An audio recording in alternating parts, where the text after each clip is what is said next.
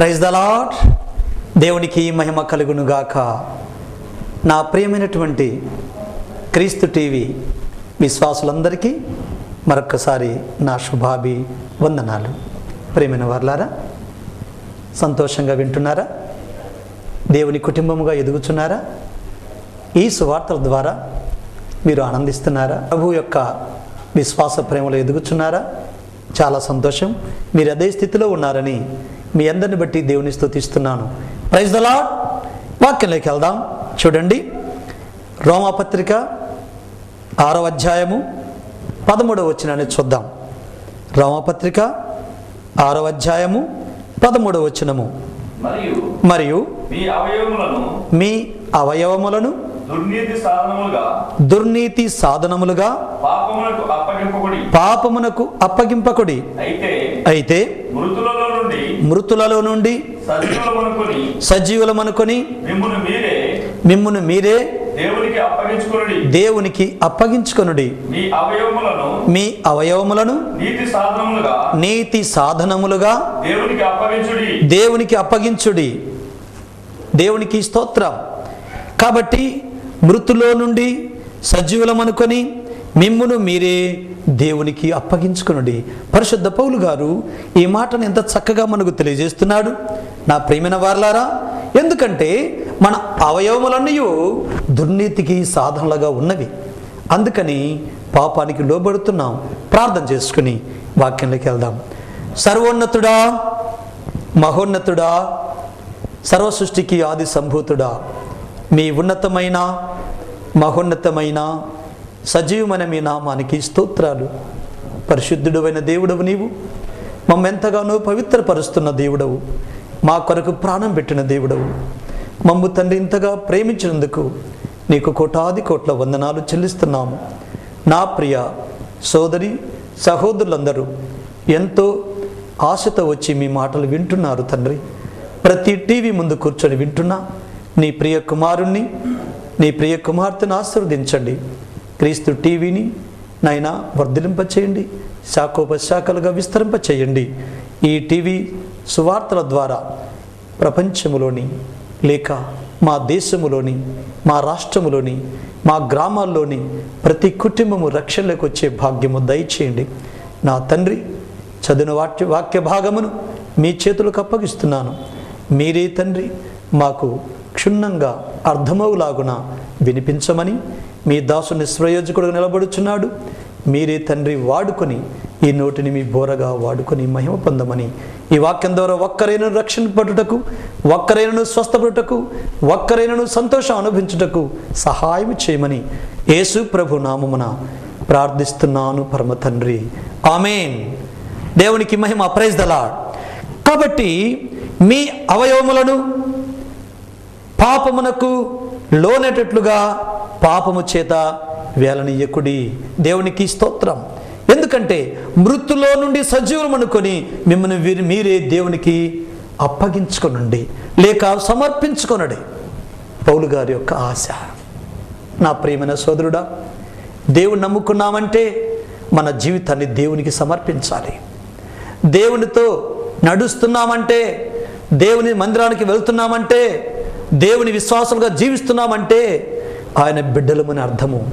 మరి ఆయనకి ఏది ఇష్టమో ఆ విధంగా మన జీవనాన్ని మలుసుకోవాలి. ఆయనకి ఏది ఇష్టమో ఆ విధంగా జీవించడానికి మనం నేర్చుకోవాలి. అప్పుడే మన జీవితాన్ని ఆయనకు సమర్పించుకుంటాం. కనుక పౌలు గారు చెప్పిన మాటను మరొకసారి మీకు తెలియజేస్తున్నాను. చూడండి, 12వ అధ్యాయము రోమాపత్రిక 12వ అధ్యాయము మొదటి 2 వచనాలు చూస్తే అక్కడ ఇంకా క్లియర్గా పరిశుద్ధ పౌలు తెలియజేస్తుండు. ఓ రోమీయులారా, రోమా సామ్రాజ్యం సహోదరి సోదరులారా, మీరు క్రీస్తుని ఎరుగున్నారు కదా, మీరు యేసుని ఎరుగున్నారు కదా, యేసులో మీరు ఈ విధంగా జీవించాలి. ఏ విధంగా జీవించాలంటే మొదటి నుంచి 2 వచనాలు. కాబట్టి సహోదరులారా, పరిశుద్ధమును దేవునికి అనుకూలమైన సజీవ యాగముగా మీ శరీరములను ఆయనకు సమర్పించుకొనుడని దేవుని వాత్సల్యతను బట్టి మిమ్మల్ని బ్రతిమాలుకొనుచున్నాను. Praise the lord. పరిశుద్ధ పౌలు సంఘాన్ని ఎంత ప్రేమతో సంఘానికి ఎంత ఆశతో జాలితో చెప్తున్నాడు. ఓ ప్రేమైనటువంటి సోదరులారా, క్రీస్తుని నమ్ముకున్న మీరు, దేవుని నమ్ముకున్న మీరు పరిశుద్ధమైన జీవితాన్ని జీవించండి. దేవునికి ఇష్టమైన జీవితాన్ని జీవించండి. ఎందుకంటే సజీవ యాగముగా మీరుండండి. యేసు ప్రభు కూడా సంఘాన్ని ప్రేమించాడు. సంఘాన్ని ఆయన ఎంతో ప్రేమించి ఆ సంఘము కొరకు ఆయన యాగమైపోయాడు, సజీవ యాగమైపోయాడు. తన రక్తమును కార్చాడు, తన ప్రాణమును పెట్టి అంతగా ప్రేమించాడు. అలాగే నా ప్రియమైన సోదరుడా, సోదరి, యేసయ్యను నమ్మి ఉంటే, యేసయ్య సేవలో నువ్వు ఉంటే, యేసయ్య భక్తిలో నీవు ఉంటే, యేసయ్య వాక్యమును వింటుంటే, యేసయ్య కుటుంబముగా నీవు ఉంటే, మీ జీవితాలు సజీవంగా సమర్పించుకోండి, యాగముగా సమర్పించుకోండి. ఆయన మాటలు తప్ప, ఆయన నీతి తప్ప ఈ లోక సంబంధమైన దేనికి మీరు చోటివ్వద్దు. ఈ ఆలోచనలు మీలోకి రానియొద్దు, ఆ అవిశ్వాసం రానియొద్దు, అపనమ్మకం రానియొద్దు, జీవంగల దేవుని మీద నమ్మకాన్ని పోగొట్టుకోవద్దు. మీరు పవిత్రంగా జీవిస్తూ ఆయనకు ఇష్టానుసారమైన జీవితం జీవిస్తూ ఆయన బిడ్డలుగా బ్రతకండి. అదే మీకు నిజమైన విశ్వాస జీవితము, సేవకులకు నిజమైన సేవా జీవితము. సమర్పించుకున్న తర్వాత ఉద్యోగాలు చేస్తూ కొందరు, వ్యాపారాలు చేస్తూ కొందరు, ఇంకా ఎక్కడెక్కడదో వస్తే చేద్దామని కొందరు రకరకాలుగా జీవిస్తున్నారు. మరి సమర్పణ ఏమిటి? నువ్వు తిన్నా తినకపోయినా, నీకు ఉన్నా లేకపోయినా ఆయనే నన్ను పోషిస్తాడు, ఆయనే నన్ను సంరక్షిస్తాడు, ఆయనే నన్ను బలపరుస్తాడు, ఆయనే నా జీవితాన్ని సంతోషమయంగా మారుస్తాడు. ఆయనే నాకున్నటువంటి ఆహారము, ఆయనే నా పానీయము, ఆయనే నా ఐశ్వర్య సంపద, అంతా ఆయనే అని నమ్మి సజీవముగా సేవ చేస్తే ఆ సేవ యుక్తమైనది, అది ప్రయోజనకరమైనది అంటాడు పౌలు గారు. కొంతమంది అన్ని రకాలుగా చేసుకొని వచ్చి నా ఇల్లంతా గడిచిపోతుంది, నాకేదో కాస్త సమయం దొరికింది కాబట్టి ప్రకటిస్తున్నానని ప్రకటించడం వలన ప్రయోజనం లేదు. నువ్వు ఆధారపడింది నీ స్వశక్తి మీద, నువ్వు ఆధారపడింది సంస్థల మీద, నువ్వు ఆధారపడింది వ్యాపారం మీద, నువ్వు ఆధారపడింది నీ పొలం మీద, కానీ దేవుని మీద కాదు. నువ్వు దేవుని మీద ఆధారపడితే సజీవ యాగముగా నీ జీవితాన్ని ఆయనకు సమర్పించుకుంటావు. నిన్ను పోషించేది ఆయనే, నిన్ను నడిపించేది ఆయనే, నీకు ఆరోగ్యం ఇచ్చేది ఆయనే, నీ యొక్క అక్కర్లన్నీ తీర్చేది ఆయనే. ఎందుకంటే ఆయనకు బాధ్యత ఉంటుంది. అప్పుడు నా ప్రియ కుమారుడు లేక విశ్వాసులైతే నా ప్రియ కుమార్తెలు నా మీద నమ్మకం ఉంచి జీవిస్తున్నారు కాబట్టి వారు నేను పోషించాలి, వాళ్ళ అప్పులు తీర్చాలి, వాళ్ళ కుటుంబానికి కావాల్సిన ఆర్థిక సహాయం నేను చేయాలి, నా ద్వారా పోషింపబడాలి వారు అని వారిని ఏ కొదవ లేకుండా చూసుకుంటాడు. తండ్రి తల్లి తన బిడ్డలను ఏ విధంగా పోషించుకుంటున్నారో, ఆ బిడ్డలకు కావలసిన వస్త్రములను, ఆ బిడ్డలకు కావలసిన ఆహారమును, ఆ బిడ్డలకు కావలసినటువంటి అన్ని సర్వ హంగులన్నీ వారే హంగులన్నీ కూడా వారే అమరుస్తున్నారు తల్లిదండ్రి. కాబట్టి బిడ్డలకు నా తల్లి ఉంది, నా తండ్రి ఉన్నాడు, వారే నన్ను చూసుకుంటారని ఒక గొప్ప నమ్మకం వారికి ఉంటుంది. దేవుని బిడ్డలారా, మరి సేవ చేస్తున్న సేవకులైతే దేవుని మీదనే ఆధారపడి జీవించాలని, అలాగే విశ్వాసులైతే నీ కూలి పనైనా, నీ పొలం పనైనా, నీ పాడి పశువులైనా, నీ వ్యాపారమైనా, నీ ఉద్యోగమైనా దాన్ని సక్రమంగా చేసుకుని దేవుని వాక్యాన్ని వింటూ వాక్యానుసారంగా జీవించాలి. ఆ జీవితము సమర్పణ కలిగినటువంటి జీవితం అయి ఉండాలి. బాగలేదంటే అంతరాలు కట్టి చూడకపోతారు. ఎవరో సోది చెబుతుంటే సోదులకు అడిగిపోతారు. ఎక్కడెక్కడో ఏదేదో ఉందని పరిగెత్తుతారు. సమర్పణ ఏంటి? దేవుని మీద నమ్మకం ఏంటి? నీకు దేవుని మీద నమ్మకం ఉన్నప్పుడు, సజీవుడిన దేవుడు మాత్రమే నేను బాగు చేస్తాడని నమ్మకం నీకున్నప్పుడు, అది ఎట్టి వ్యాధైనా, ఎట్టి రోగమైనా, ఎట్టి బలహీనతైనా, ఎట్టి కరువైనా, ఏ విధమైనటువంటి నష్టాలున్నా అన్నిట్లో నుండి ఆయన నిన్ను ఆదరిస్తాడు. దేవుడికి మహిమ కలుగాక. Praise the lord. ఈరోజు జీవంగల దేవుడు మాట్లాడుతున్న మాటలను బట్టి ఒక సహోదరుడు దైవ సందేశాన్ని విన్న తర్వాత నేను ఎలాగ మారాలి, అసలు దేవునికి ఇలా సమర్పించుకోవాలి, ఏంటది సమర్పణ అంటే ఏంటి, ఏం చేయాలి, దేవునికి నేను ఏం చేయాలి అంటూ ఆలోచిస్తున్నట. దేవునికి స్తోత్రం. ఆయన మనసులో అలాగే అనిపిస్తుంది. దేవుని వాక్యం విన్నాడు. దేవుని వాక్యం విన్న తర్వాత నేను దేవునికి ఎలా సమర్పించుకోవాలి, దేవునికి ఎలాగ నేను అప్పగించబడాలి, ఏం చేయాలనుకుంటూ తను ఆలోచనలో పడిపోయాడట. అప్పుడు దారిన పోతున్నా ఇదే ఆలోచన, నేను దేవుడికి ఏం చేయాలి?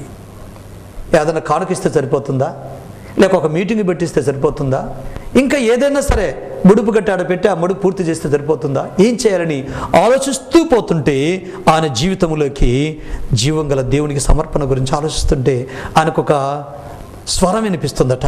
ఏమనంటే, నీ కొరకు యేసు ప్రాణం అప్పగించాడు, నీ కొరకు యేసు తన్ను తాను సమర్పించుకొని అర్పణగా ఆయన మిగిలిపోయాడు. మరి నీవేంటి? నీ కానుకిస్తే సరిపోతుందా? నువ్వు ఒకరోజు మీటింగ్ పెడితే సరిపోతుందా? కాదు, నువ్వు ఆయన కొరకు బ్రతకాలి, నువ్వు ఆయన కొరకే జీవించాలి, నువ్వు ఆయన కొరకే పనులు చేయాలి, ఆయన పనిని నువ్వు నెరవేర్చాలి. ఆయన చేసినటువంటి త్యాగానికి ప్రతిఫలముగా నీ జీవితమును త్యాగము చేసి ఆయన్ను నువ్వు ప్రకటించాలి అని చెప్పాడట. Praise the lord. అప్పుడు ఈ యొక్క వ్యక్తి సమర్పణ కలిగి వెంటనే బైబిల్ చేతబట్టి సేవకుడి కాడికి వెళ్ళి, అయ్యా, ఈ రోజు నుంచి నేను కూడా నీ దగ్గర శిష్యత్వం నేర్చుకుంటున్నాను, నా జీవితాన్ని దేవునికి సమర్పించుకుంటున్నాను, ఇప్పటి వరకు తిరిగిన జీవితంలోని ప్రతి ఒక్క పాపం నేను కడుక్కుంటున్నాను, అనుభవించిన సుఖాలు తీసేసుకుంటున్నాను, నాకు నువ్వు నా ప్రభువు కావాలి, నా ప్రభు మార్గము నాకు కావాలి, నా ప్రభు నేను ప్రకటించుకుంటూ ఈ జీవితం అంతా ఇక ఆయనకే సమర్పించుకోవాలి, ఏ పని చేసినా యేసు పనే చేస్తాను కానీ, పొలం పని కానీ, ఇంటి పని కానీ, ఉద్యోగం కానీ, ఈ లోక సంబంధ వ్యాపారాలు కానీ నాకు అవసరం లేదని సమర్పించుకున్నాడట. Praise the lord. అప్పుడు ఆ వ్యక్తిలో ఎక్కడ లేని ఆనందము, ఎక్కలేని సంతోషము, ఎక్కలేని ఆశీర్వాదములు వచ్చేసినట్ట. Praise the lord. దేవుని విషయములు ఎవరైతే సమర్పించుకొని చేస్తున్నారో, సేవకులైతే వాళ్ళకు తెలియకుండానే వాళ్ళ ఇంటికి పోషణ పంపించబడుతుంది, వాళ్ళకు తెలియకుండానే వాళ్ళు వృద్ధి చెందుతూ ఉంటారు. ఎంత నీతిలో ఉంటారో, ఎంత భక్తిలో ఉంటారో, ఎంత దేవునికి హత్తుకొని ఉంటారో అంతగా వర్ధిల్లుతుంటారు.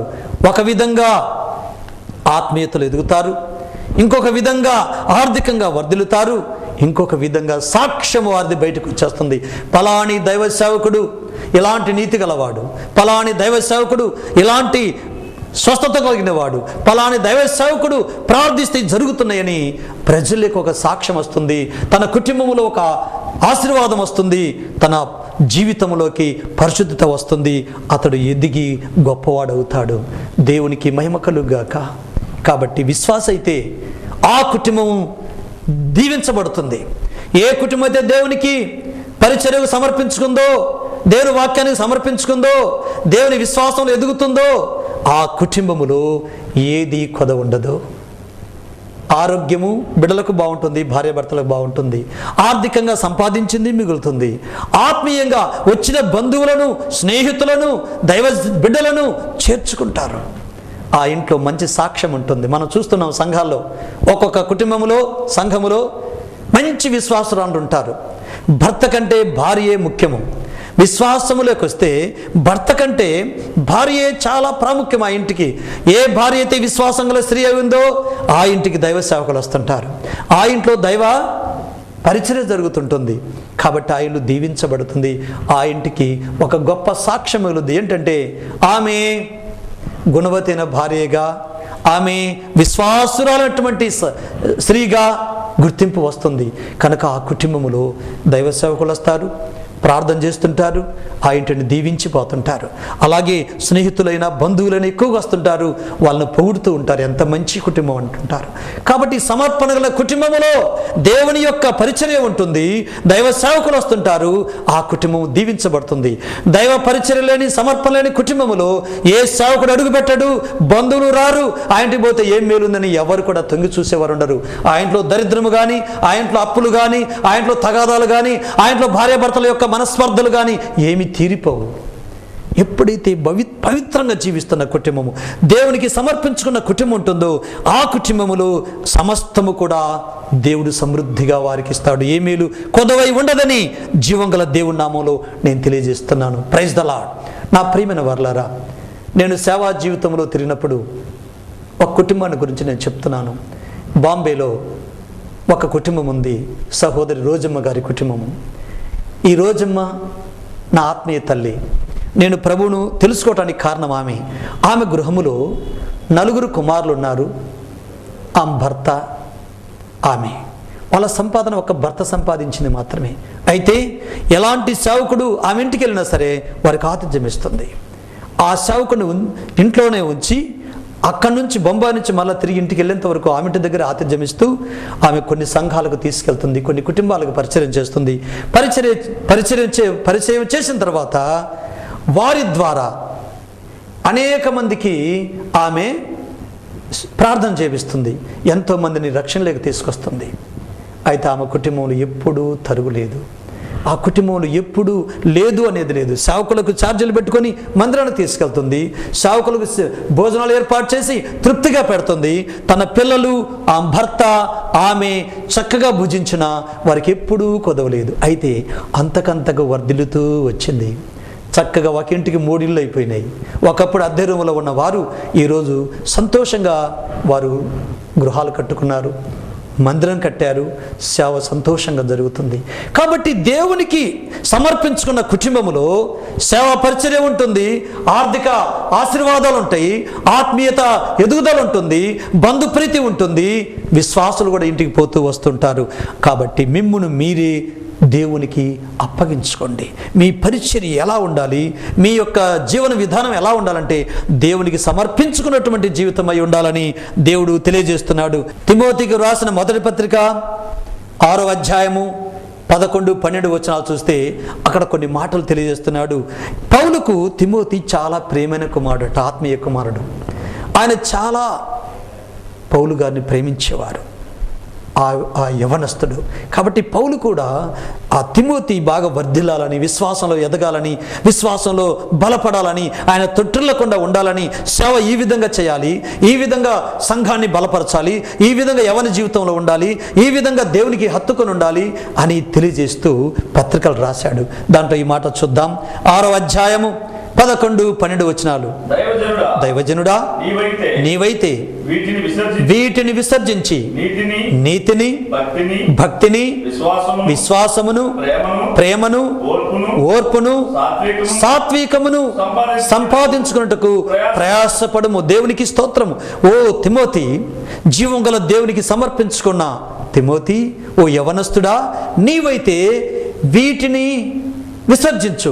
ఏటిని విసర్జించమన్నాడంటే లోక ఆశలను, లోక ధనమును, లోక మెప్పులను తీసేసేయి. అదే అధ్యాయంలో చెబుతాడు, ధనం అనేది మనిషికి చాలా శాపం. అది ధనము చాలా మోసము. సంతుష్టికరమైన లేక సంతుష్టి సహితమైన భక్తి గొప్ప లాభ సాధకం అన్నాడు ఆయన.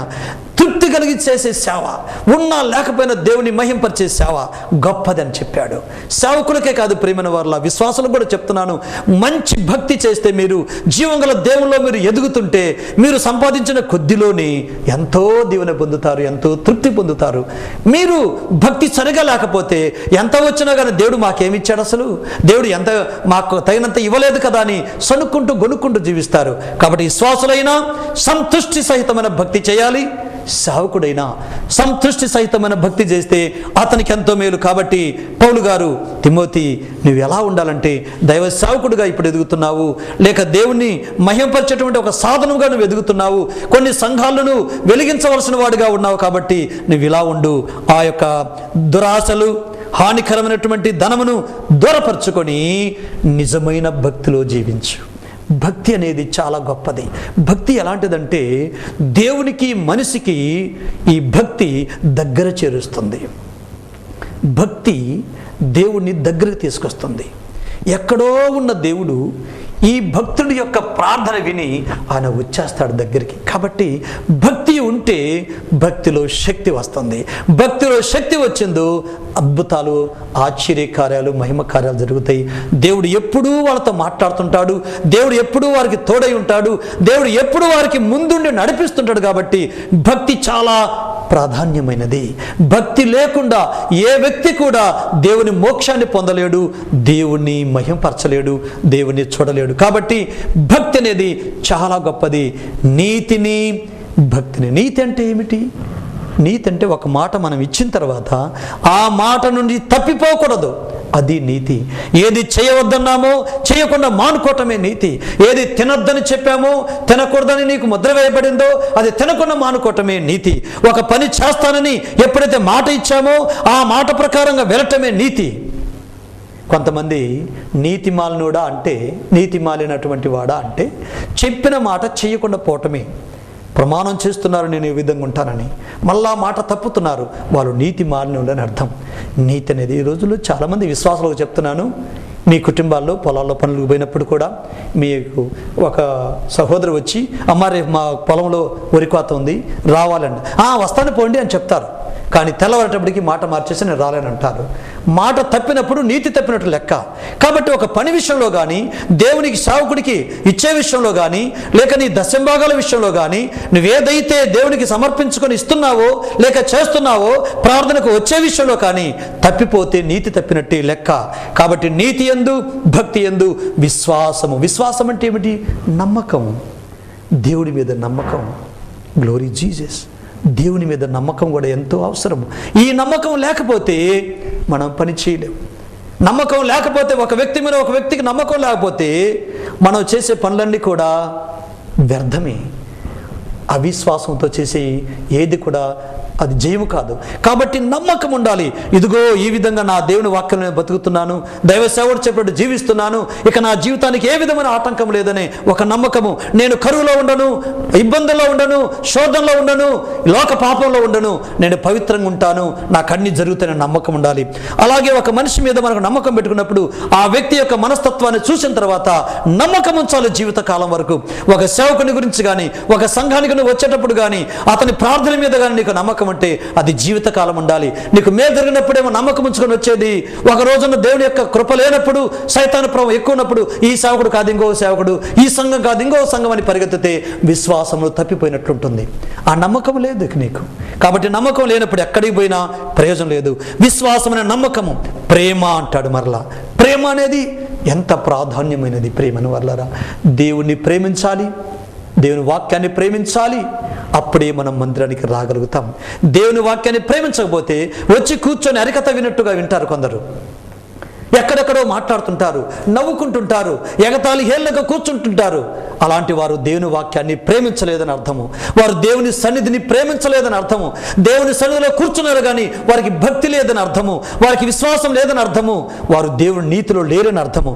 కాబట్టి విశ్వాసం అనేది గొప్పదైతే అంతకంటే గొప్పది ప్రేమ. ఆ ప్రేమ ఏంటంటే, నా దేవుని కొరకు నేను వచ్చాను, నా దేవుని మాటను నేను ప్రేమిస్తున్నాను, నా దేవుని వాక్యాన్ని నేను ప్రేమిస్తున్నాను. కాబట్టి ఆ ప్రేమలో వర్ధిల్లాలి. దేవుని వాక్యాన్ని ప్రేమించాలి, దైవ సేవకుని కూడా ప్రేమించాలి. దేవుని వాక్యాన్ని ఎప్పుడు ప్రేమిస్తావో దైవ సేవకుని ప్రేమిస్తావు. దైవ సేవకుని ఎప్పుడు ప్రేమిస్తున్నావో దేవుడు నిన్ను ప్రేమిస్తాడు. దైవ సేవకుడు ప్రేమించినప్పుడు ఊరుకుంటాడా? ప్రేమతో నిన్ను ఆశీర్వదిస్తాడు. ఆ ఆశీర్వాదము దేవుని నుండి నీకు లభిస్తుంది. దేవునికి స్తోత్రం. అలాగే ఓర్పు. ఓర్పు అనేది ఎంతో చాలా గొప్పది. ఓర్పు అనేది ఎన్ని మాటలన్నా, ఎంతమంది అన్నా ఓర్చుకునేటువంటి మనస్సు కావాలి.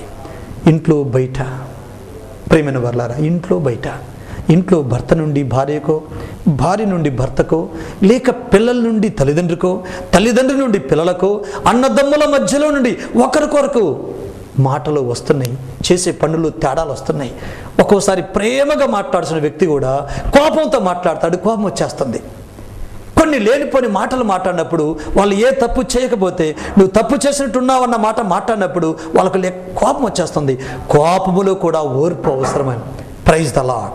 కాబట్టి ఓర్పులోను సాత్వికములోను, సాత్వికం అంటే జగడమాడిన మనసు, అన్నిటిని ఓర్చుకునే మనసు. ఈ రెండు ఎప్పుడు కలిగి ఉంటావో, నీతి, భక్తి, విశ్వాసము, ప్రేమ, ఓర్పు, సాత్వికము ఎప్పుడైతే నువ్వు కలిగి సంపాదించుకొని జీవిస్తావో దేవునిలో జీవిస్తున్నావు. నీ జీవితము సమర్పణ కలిగి ఉన్నది. అప్పుడే దేవునికి ఇష్టమైన జీవితం జీవించే సేవకుడుగాను, విశ్వాసులుగాను, దైవ సంఘముగాను, దైవ కుటుంబముగాను మనం వర్ధిల్లుతాము. దేవునికి మహిమ కలుగాక. నా ప్రియమైన సోదరి సహోదరులారా, మీ అందరికీ నా శుభాభివందనాలు. మీరు చక్కగా వింటున్నారు. మీరు వినే ఈ వాక్యాన్ని బట్టి దేవుని వాక్యానికి సమర్పించుకోనండి. దైవ సంఘాన్ని ప్రేమించండి, దేవుని వాక్యాన్ని ప్రేమించండి, దైవ సేవకులు ప్రేమించండి, విశ్వాసంలో ఎదగండి. సేవకులైతే సమర్పణ కలిగి సేవ చేయండి. ఉన్నా లేకపోయినా ప్రభు కొరకు బ్రతకండి. ఆయన సమస్తమునిచ్చి ఉన్నత ఆశీర్వాదాలతో ఉన్నత సింహాసనం మీద కూర్చోబెట్టి మిమ్మల్ని అందరికీ కొండ మీద ఉన్న పట్టణం వలె దీపమును ఏ విధంగా అయితే స్తంభం మీద ఉన్న దీపంలాగా ఉంచి వెలుగునిచ్చే వారిగా ఉంచుతాడు. దేవుడికి మహిమ కలుగ్గాక. ప్రార్థన చేసుకుందాం. దేవుడికి మహిమ కలుగ్గాక. సర్వోన్నతుడా నీకు వందనాలు. మీరు మాట్లాడిన ప్రతి మాటకై స్తోత్రములు. మృతుల్లోండి సజీవులుగా ఉన్నవారుగా ఎంచుకొనండి. పాపం అనే దాని నుంచి విడుదల పొందినటువంటి వారుగా వచ్చి దేవునికి సమర్పించుకోమన్నావు. ఆ సమర్పణ జీవితమే గొప్పదని సెలవిచ్చినందుకు వందనాలు. మేము సమర్పించుకుంటున్నాము నాయన.